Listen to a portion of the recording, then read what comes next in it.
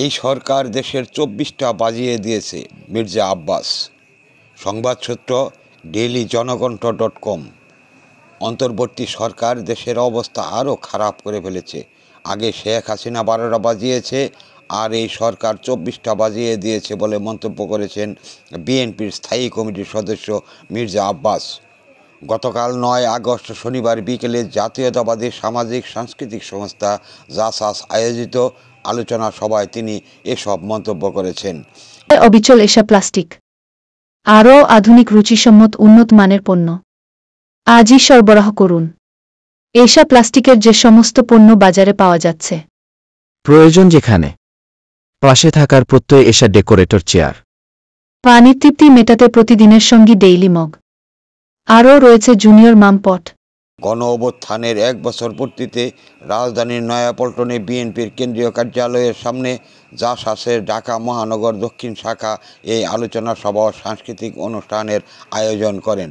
মির্জা আব্বাস বলেন, বলার মতো অনেক কিছু আছে, তবে আমরা এই অবস্থান থেকে কথাগুলো বলতে পারছি না। আরও অনেক কিছু আছে।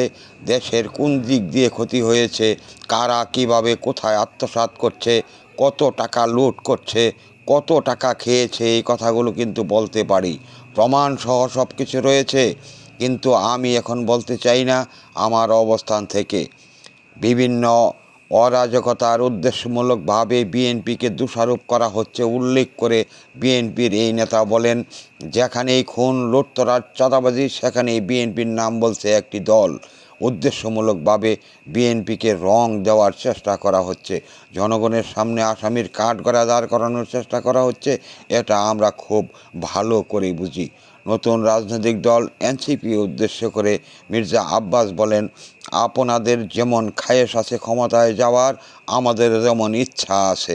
যদি জনগণ ভোট দেয় ক্ষমতায় যাব, যদি না দেয় মেনে নেব আপনাদের, কিন্তু আমরা ভোট চাই।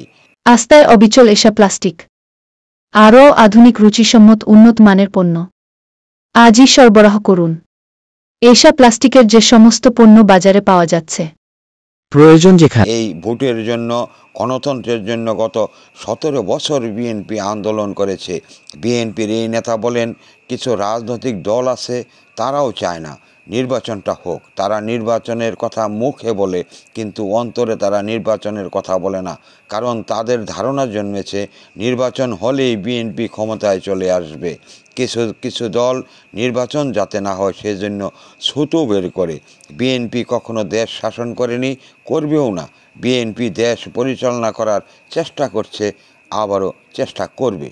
জাসাসের ঢাকা মহানগর দক্ষিণের ভারপ্রাপ্ত সভাপতি শওকত আজিজের সভাপতিত্বে আলোচনা সভায় আরও বক্তব্য রাখেন বিএনপির যুগ্ম মহাসচিব আব্দুস সালাম, জনশক্তি বিষয়ক সম্পাদক এম এ মালেক, জাসাস কেন্দ্রীয় কমিটির আহ্বায়ক হেলাল উদ্দিন, গণ অভ্যুত্থানের শহীদ মিরাজের বাবা আব্দুর রব মিয়া প্রমুখ। নিউজ অব 69 এএনবি মাল্টিমিডিয়া প্রতিবেদন পঞ্চমুখী সমাজ উন্নয়ন সংস্থার একটি মাল্টিমিডিয়া প্রতিষ্ঠান।